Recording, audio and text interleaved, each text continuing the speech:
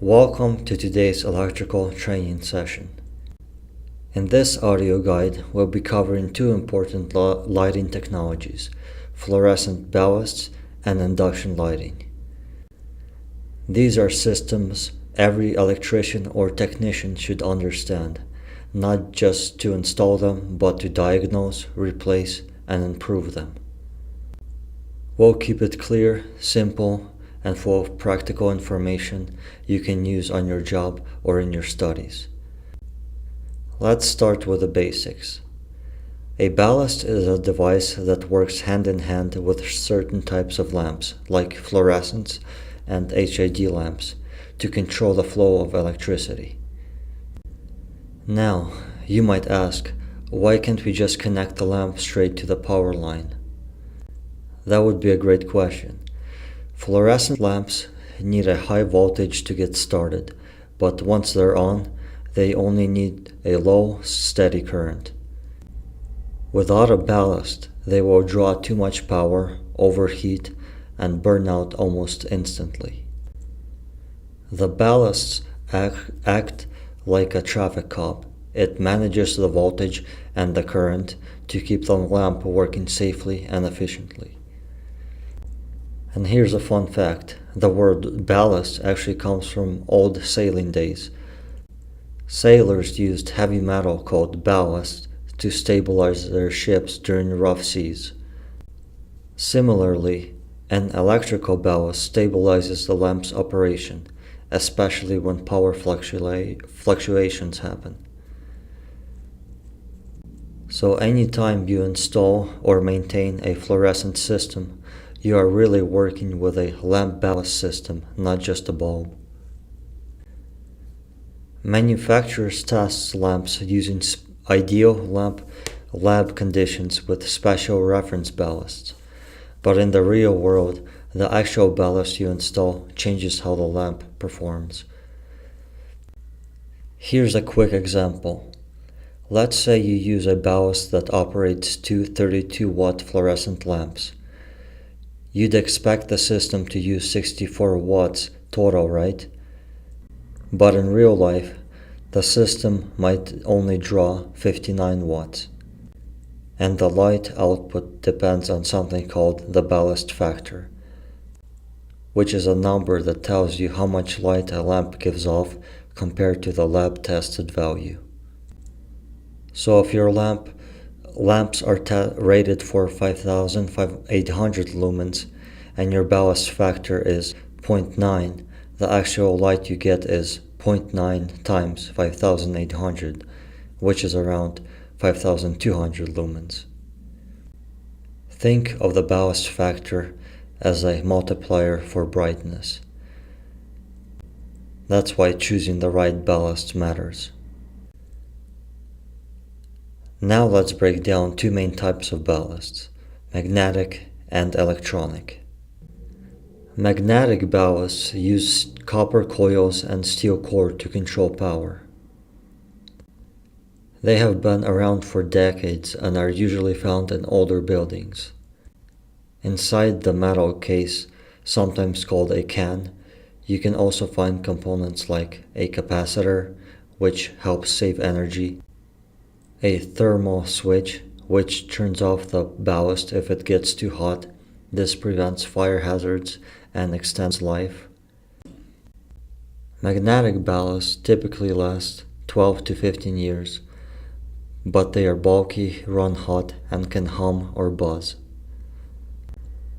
On the other hand, we have electronic ballasts, which use modern circuits and have become the new standard. Why? Because they save energy, produce less heat, they are quiet, no buzzing, and they can last up to 25 years. Plus, some electronic ballasts support dimming, which means you can adjust the light output depending on your needs, which is great for offices, classrooms, or energy-saving buildings. Different ballasts start lamps in different ways. There's preheat, which takes a few seconds to start, often uses a separate starter device. There's instant start, lights up immediately with high voltage. There's rapid start, warms up the lamp slightly before turning on, smooth and fast. And then there is programmed start, gentle on the lamp, increasing its lifespan, perfect for lights that are switched on and off frequently. Ballasts also wire lamps in different ways. Series: if the lamp fails, all go out. In parallel: if one fails, others stay lit. This is more reliable. Then there is combination, series, parallel. A mix: some fail together, others stay on. Knowing the wiring method used helps you troubleshoot failures more efficiently. Some ballasts are built for cold areas, like freezers. These use higher voltages to start the lamps in freezing temperatures. Others are built for wet locations or hazardous environments. Always check the ballast label to see what it's rated for. The ballast label is like an ID card. It tells you, the manufacturer, what voltage it supports, what lamps it works with, how much current it draws, whether it's rated for cold weather or outdoor use or dimming, if it contains any hazardous materials like PCBs, which are banned now. Always read this label before installation. Now let's move on to a newer technology, induction lighting. Induction lamps are part of the same family as fluorescent lights, but with one big difference. They don't have electrodes or filaments inside the bulb. That means they last much longer, up to 100,000 hours. Here's how it works. A ballast, also called a generator, sends high-frequency energy into coils wrapped around the lamp. This creates a magnetic field that excites mercury atoms inside the lamp. The excited atoms give off ultraviolet light, which hits a phosphor coating inside the glass and turns it into visible light. It's basically like a fluorescent light without wires touching the inside, which makes it incredibly durable. There are two main types: external inductor lamps. Coils are on the outside of the lamp, and internal inductor lamps. Coils are on the inside center of the lamp. Induction lamps also come in various shapes: bulbs, tubes, and circular, and even come in screw-in-base versions for easy retrofitting. Now let's talk about the advantages of induction lighting. There's long life. 100,000 hours means years without replacement. Instant on, which means no flickering or on warm-up. There's energy savings, up to 65% compared to HID lighting. Low maintenance, great for hard-to-reach places like high ceilings or tunnels. And has low mercury. Uses a safe, solid mercury pellet called an amalgam instead of liquid mercury. Induction systems come as a lamp and a matching ballast. They are sold as a pair.